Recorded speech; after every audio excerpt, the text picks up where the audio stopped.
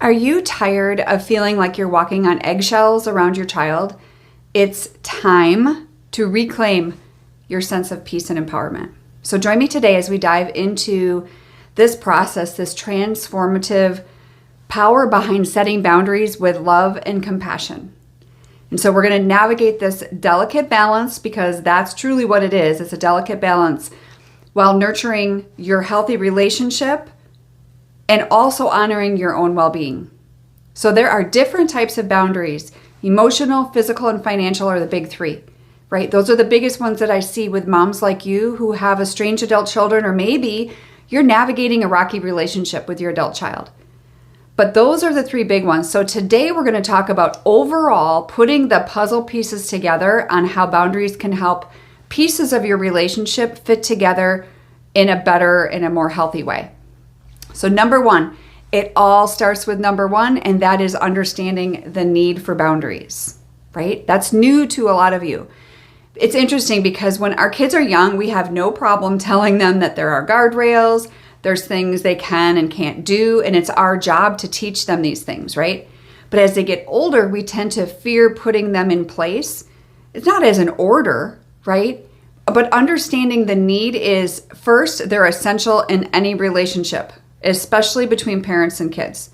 But having those boundaries will help maintain that respect, or hopefully have it in return. And it's also good for emotional health for both of you.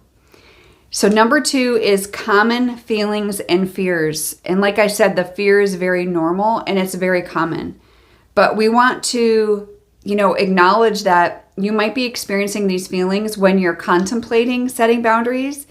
You might feel some guilt or fear of further estrangement, pushing them further away, or worrying about, just being perceived as unloving. And we need to normalize these emotions, that's going to be part of the process, right?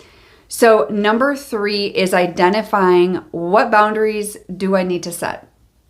So I want you to process through identifying what boundaries are necessary for your specific situation, because what you may need might not be the same as what I needed and what my other clients need, right? Every family is unique in the sense of what is needed. But what you want to do is take a look at what needs to happen to protect your well-being and the health of your relationship moving forward. And there's going to be some really obvious things, and then there might be some more subtle things as well. Some things maybe to consider are, like I said earlier, the emotional. That can definitely be a topic because of conversations that are had. That's one boundary possibility. Physical boundaries, maybe it means visiting, what are the visiting limitations on both ends? Personal space. And then, of course, financial boundaries are a whole nother thing in and of itself. For those of you moms that I have not talked to before and you are new to my channel, or maybe are just ready for some coaching and you want to hear more about that, click the link below for my discovery call, and you and I can connect on a 30-minute consultation. It's not a coaching call, but you and I can connect and you can learn more about that.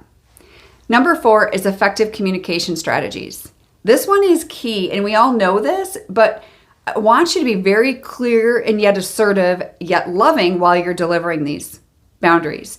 You want to use I statements, of course, and be specific. This is not the time to argue about this, that, or the other thing, but we want to have those things written down so it's very clear and concise, and it helps take the emotion out of it.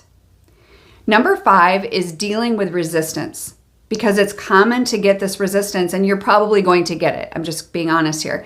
You need to prepare yourself for that and make it, just expect it. This is where you need to stay firm while keeping the line of communication open as much as possible. And it doesn't mean that you can't barter back and forth if there's something that you can budge on. Bottom line is you have to remember the whole purpose behind doing this. And it's to better your relationship, not to push them away. Number six is self-care support, because this is where the inevitable support system comes in. You need a support system. So do you have to remember this? You have to remember this is not about just improving the relationship with your kids, but it's about your personal growth as well as theirs. We're giving them the opportunity to grow in their own life. So number 7 is celebrating small wins. I don't want you to forget about those small wins, because we tend to do that. We tend to forget that. But celebrate your progress, right? Maybe it's a respectful conversation you were able to have, or you didn't give advice when not asked, and your adult child, maybe they respected this new boundary. Acknowledge those wins because they're huge. And number 8, adjusting the boundaries over time. I know that some of these that you're trying to set might not go so well, okay? But I want you to remember that relationships evolve, and adjusting them is very normal. And it's a part of growth and change. So you want to be flexible, and the ongoing nature of communication between the two of you, you want that as an act of, the boundary is an act of love for yourself and your son or daughter. So when we approach it that way with compassion and patience and commitment, that is what you're going to get in return. Because I also want to recognize some of you don't have the opportunity because maybe your child has walked away from the family. But this is where you still protect your time, your health, and your self-care. And it's really important that you acknowledge that. And maybe it's even these boundaries in that case has nothing to do with your child because maybe you're not in communication with them right now.